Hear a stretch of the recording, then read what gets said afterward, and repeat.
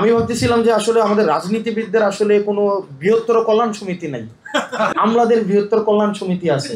মানে তারা ইন্টারেস্টে যখন আঘাত লাগবে বা কোনো একটা আপনি ডিজিটাইজেশন বা ডিজিটালাইজেশন করতে যাবেন, তারা এক হয়ে যাবে। শুরু থেকে ইনস্টিটিউশন মানে দুইটা রিফরমেশন নিয়ে এখানে মোটা দাগে কাজ হয়েছে। একটা হচ্ছে কনস্টিটিউশনাল রিফরমেশন, একটা হচ্ছে ইনস্টিটিউশনাল রিফরমেশন। আমি শুরু থেকেই দ্বিতীয় যে বিষয়টা, এই বিষয়টা নিয়ে আমি সবসময় ফোকাস থাকার চেষ্টা করেছি। কারণ পলিটিশিয়ানরা আসলে তাদের যে একটা একটা কর্তৃত্ব, এটা কিন্তু মানে মোর দ্যান দ্য স্টেট। আমরা যে স্টেট নিয়ে বিভিন্ন সিভিল সোসাইটিতে আলোচনা হয়, বিভিন্ন জায়গায় আমি দেখি, অন্তত আমি একটু শাই ফিল করে আসতে। আমাকে গত 2 দিন আগে যখন বলা হয়েছিল এখানে আসার জন্য, আমি বলতেছি এখানে আসলে এই সোসাইটির সাথে আমার ফেসটা যায় না, মানে অনেকটা মানে যায় না, এটা মিলে না। তো একটু শাই ফিল করি, কিন্তু এই সোসাইটির সাথে মানে যখন এই কিন্তু আলোচনাগুলো আমরা শুনি, তো কিন্তু আমরা মনে হয় যে আলোচনাগুলো অনেকটা হচ্ছে বাস্তবের সাথে আরো বেশি প্রাসঙ্গিক হওয়া জরুরি। ব্যুরোক্রেসি কিন্তু আমি আমাদের এটাকে যদি আমরা সংস্কার করতে না পারি, যে গভর্নমেন্টই আসুক চরম অজনপ্রিয় হবে। ইভেন যে গভর্নমেন্টই আসুক চরম অজনপ্রিয় হবে। আমি ভাবতেছিলাম যে আসলে আমাদের রাজনীতিবিদদের আসলে কোনো বৃহত্তর কল্যাণ সমিতি নাই। ধরেন বিএনপির রাজনীতিবিদ, জামাতের রাজনীতিবিদ, এনসিপির রাজনীতিবিদ, সব জায়গায় দেখবেন একটা ঝামেলা। সাংবাদিক বৃহত্তর কল্যাণ সমিতি আছে, আপনি একটা কিছু একটা করতে যাবেন তারা এক হয়ে যাবে। তারপর হচ্ছে আমলাদের বৃহত্তর কল্যাণ সমিতি আছে। মানে তারা ইন্টারেস্টে যখন আঘাত লাগবে বা কোনো একটা আপনি ডিজিটাইজেশন বা ডিজিটালাইজেশন করতে যাবেন, তারা এক হয়ে যাবে। তাদের কাজ হচ্ছে 10টা, এখন 5টা ডেস্কে কাজ হয়, দরকার হলে 2টা ধাপ বাড়ান, 7টা ধাপ হন, তারা কল্যাণ। আমার মনে হয় যে এটা রাজনীতিবিদ, বৃহত্তর রাজনীতিবিদ কল্যাণ পরিষদ দরকার। এটা সব ধরনের রাজনীতিবিদ থাকবে, তো সব ধরনের রাজনীতিবিদ থাকবে সেখানে।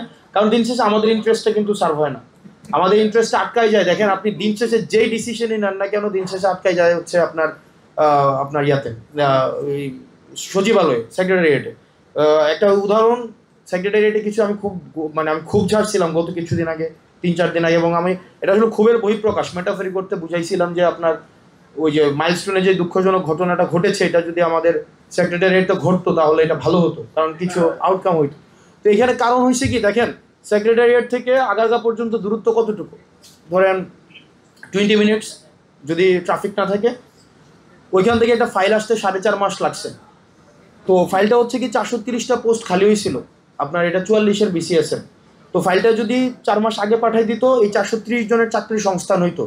ফাইল আসতে 4 মাস পরে ফাইল আসছে, আসার পরে দেখে রেজাল্ট আরো 4 মাস আগে হয়ে গেছে। একটা ফাইল পৌঁছাইছে যে 430টা পোস্টে আরো বেশি আপনি অ্যালোকেট করেন, স্টুডেন্টদেরকে আরো রেজাল্ট দেন। তাহলে এই যে দেখেন আপনার ইভেন সংসদ ভবন, আমি শুনছি একজন সাবেক সংসদ বলছিলেন, সংসদ ভবনের যে সিঁড়িগুলো আছে না সামনে, যে ওই যেখানে জানাজা হয়, সংসদ ভবনে পার্লামেন্টের জানাজা হয় না, ওখানের একটা হচ্ছে সংস্কার কার্যক্রমের একটা বাজেট পাস হয়েছিল, ওটা 14 মাস লাগছিল। মানে যেই পার্লামেন্টের সিঁড়ির কার্যক্রম, এটা 14 মাস লাগছে, পাস হওয়ার পরও মানে ফাইলটা আসতে 14 মাস লাগছে। এখন এই জিনিসগুলো আপনার কাছে মনে হতে পারে খুবই সিলি বিষয়, কিন্তু যদি ব্যুরোক্রেট আমরা গতিশীল না করতে পারি, আমরা তাদেরকে আসলে প্রতিপক্ষ বানাচ্ছি না। গতকাল থেকে আমি ঢাকার বিভিন্ন জায়গায় কিন্তু আলাপ আলোচনা হয়েছে, এগুলো আমাদের কানে আসছে। বিভিন্ন ব্যুরোক্রেট যারা আছে তারা একসাথ হয়েছে, তারা এনসিপি বা আমাদেরকে শত্রুগণ্য করছেন। আসলে এটা ব্যাপারটা এমন না, এখানে শত্রুগণ্য করার কোনো বিষয় না। আমরা যেটা চাচ্ছি, এই প্রজন্ম কিন্তু ফার্স্ট, অনেক ফার্স্ট। আপনি যদি ওই মানদাতার আমল 1977 সালে কেমনে চিঠি বিনিময় হয়েছে ওইভাবে দেখেন, তাহলে কিন্তু হবে না। আমরা ইয়াঙ্গার, আমরা নো যে কীভাবে জোরে দৌড়াইতে হয়, কিন্তু আপনারা হয়তো রাস্তাটা চিনেন।